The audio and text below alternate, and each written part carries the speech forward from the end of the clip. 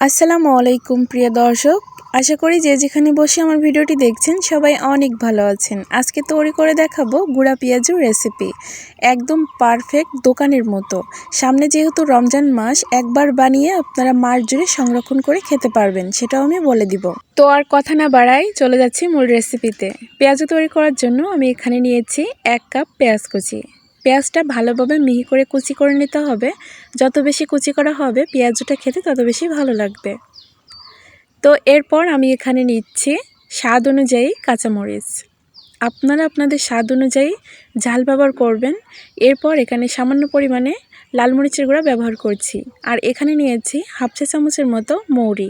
আপনারা চাইলে মৌরির পরিবর্তে জিরাও ব্যবহার করতে পারেন। তো এটা হাত দিয়ে একটু ভেঙে দিচ্ছি, এতে করে ফ্লেভারটা বেরিয়ে আসবে। এরপর এখানে স্বাদ অনুযায়ী লবণ ব্যবহার করছি। সব কিছু ভালোভাবে একটু মেখে নিচ্ছি।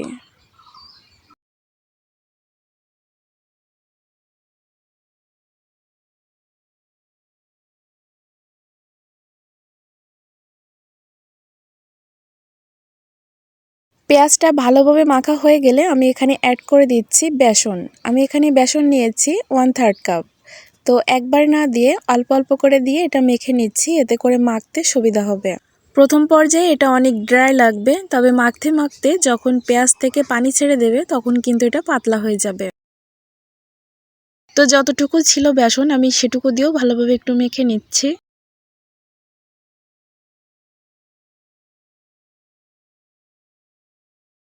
এরপর আমি এখানে অ্যাড করে দিলাম 2 চামচের মতো ময়দা।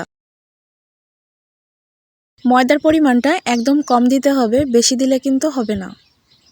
তো ভালোভাবে মেখে নিয়েছি, দেখুন একদম পাতলা হয়ে গিয়েছে। এর ভিতরে এক্সট্রা কোনো পানি ব্যবহার করা যাবে না।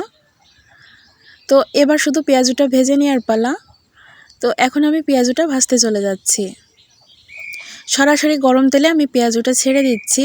আর দেখুন আমি কিন্তু একদম গোল করে পেঁয়াজুটা ছাড়ছি না, এবড়ো থেবড়ো করে পেঁয়াজুটা ছেড়ে দিচ্ছি। তো যত রকম এবড়ো থেবড়ো হবে পেঁয়াজুটা কিন্তু ততটাই বেশি মুচমুচে হবে আর খেতেও ভালো লাগবে। আর পেঁয়াজুর সাইজটা কিন্তু একদমই ছোট। আমরা হাট বাজারে যে পেঁয়াজুটা খেয়ে থাকি, গুঁড়া পেঁয়াজুটা একদমই ছোট হয়ে থাকে।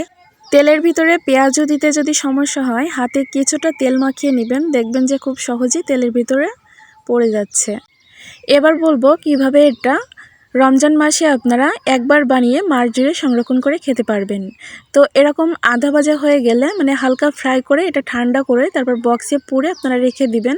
তারপর যখন ভাজার দরকার হবে অল্প করে বের করে আবার ফ্রাই করে নেবেন, তারপরে কিন্তু খেতে পারবেন। তো আমি যেহেতু এটা এখন ভেজে নেব, তো আবারও এটা আমি তেলের ভিতরে দিয়ে ভালোভাবে ডিপ ফ্রাই করে নিচ্ছি।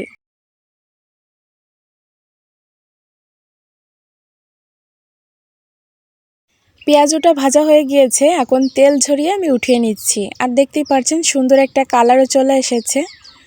তো এই পেঁয়াজুগুলো খেতে কিন্তু অনেক বেশি মচমচে হয়ে থাকে। আর স্বাদের কথা কী বা বলবো, একদম দোকানের মতো পারফেক্ট একটা স্বাদ পাবেন। যেভাবে আমি রেসিপিটি দেখিয়েছি যদি এইভাবে তৈরি করে থাকেন। তো সেমভাবে আমি সবগুলো পেঁয়াজই তৈরি করে নিয়েছি। এখন একটা পেঁয়াজও আপনাদের ভেঙে দেখাচ্ছি কতটা মুচমুচে হয়েছে। একদম এটা ধরে চাপ দিলে এটা ভেঙে যাবে।